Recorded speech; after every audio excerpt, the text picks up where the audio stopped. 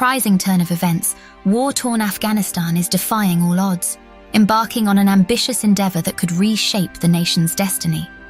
Against a backdrop of violence and poverty that has gripped the country for decades, Afghanistan has initiated the construction of the Tepa Canal, a colossal self-funded megaproject that promises to be one of the world's longest irrigation canals, aimed at revitalizing a parched region and providing water to over 1 million Afghanis. Despite resource constraints, limited engineering expertise, and geopolitical challenges, the canal's progress is remarkable, showcasing the resilience and determination of the Afghan people. Join us as we delve into the intricacies of this transformative endeavor, its significance for the struggling nation, and the hopes it inspires for a brighter future under challenging circumstances. Watch as Afghanistan fights to complete this unprecedented project, and whether it signals the beginning of a new era for the country.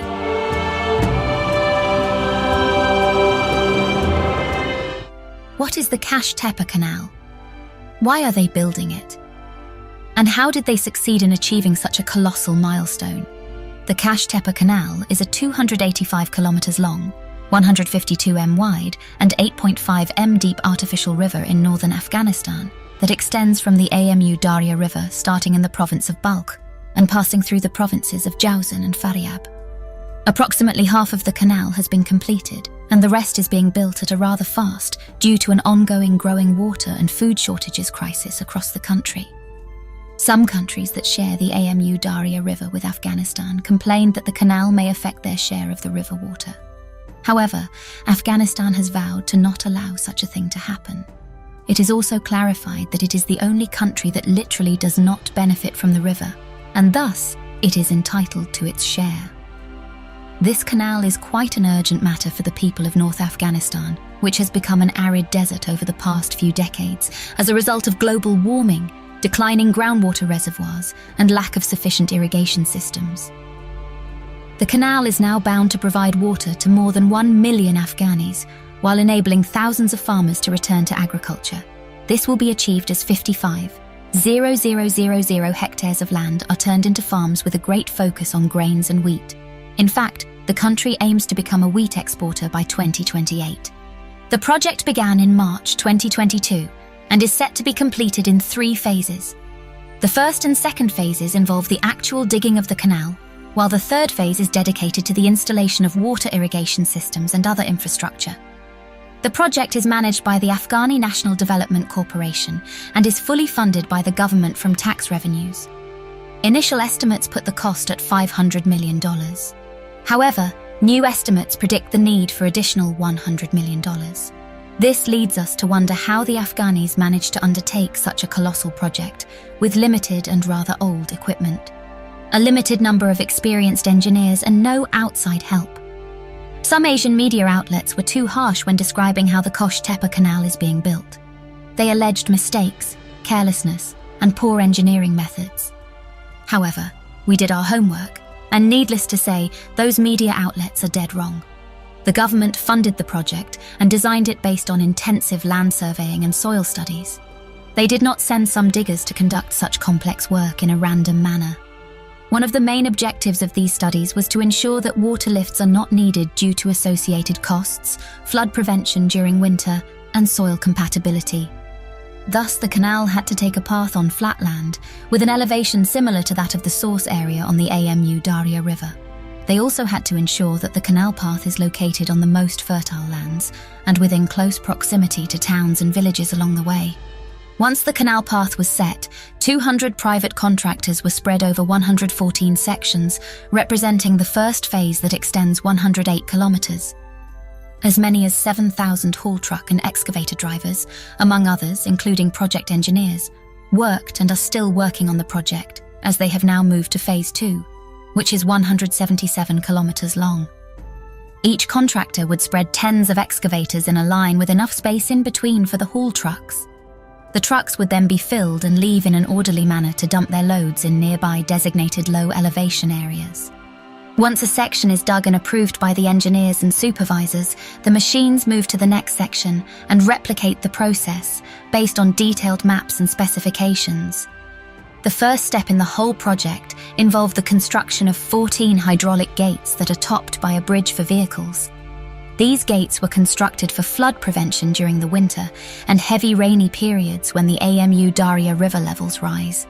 The 114 sections were separated from one another by an undug a few meters wide dirt wall in order to control the filling process and to prevent soil displacement at the banks, meaning the sections were filled rather slowly. Once section number 1, which is closest to the Amu Darya River, was completed, the water was allowed to flow into it. From there, other sections were filled gradually as the dirt walls between them were removed. We do have to emphasize here that this canal's floor and sides were not lined with concrete slabs, which depending on who you talk to is either good or bad. However, from our perspective and based on Amu Darya water levels, which have not declined as a result of filling phase 1 of the canal, no concrete slabs mean more eventual natural irrigation up a kilometre away from the canal sides, in addition to higher groundwater reservoir levels, which act as backup water sources during potential harsh droughts. And there is also the money issue, because installing concrete slabs would have added more than $1 billion to the cost, which is something Afghanistan cannot afford. 2 concrete bridges, one for the Haraton-Balk highway and another for the railway, were also built, and needless to say the Afghans kept it simple and used a solid, reinforced concrete slab design, which involves a cast in situ rather than precast.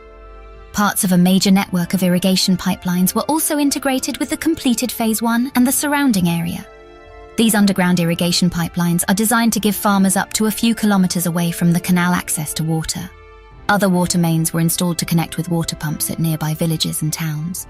During the final stage of building Phase 1, up to 1 million cubic meters of soil were removed daily, which needless to say is quite impressive, taking into consideration that most of the excavators and haul trucks they used were old, and in some cases from the 1960s. They also planted thousands of trees at the canal banks to reinforce the soil and prevent erosion.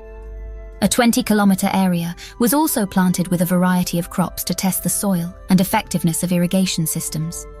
People living near the canal also experienced and continue to experience an economic boom as thousands of workers are employed, old farms are replanted, and roads are improved. Contrary to some rather hateful reports, all contractors and their prospective workers were and are still being paid well and on time. Another phenomenon we observed while analysing the project is the diversity in the workforce and the high level of optimism and happiness among workers, farmers and residents in nearby areas who have been living in a negative environment for decades due to wars, droughts, lack of water and widespread poverty. Another amazing phenomenon that surfaced with this project is the widespread use of solar panels to power homes and workshops in the nearby areas, which are mostly disconnected from the rest of the world due to the lack of power infrastructure. Small solar panel fields are also popping up on the new farms to power water bumps. The entire project was slated to be completed in 2028, but at the current pace, we expect it to be ready by as early as 2025. More bridges and culverts are also under construction. Finally, we do have to emphasize here that Afghanistan and a good portion of its 40 million residents in mostly rural and remote areas are facing famine because the country is under extremely harsh sanctions. So we do hope more mega projects related to water management, farming, electricity and infrastructure will follow this amazing project, which is bound to help Afghanistan heal from the wounds of wars, progress, and become a productive member of the international community.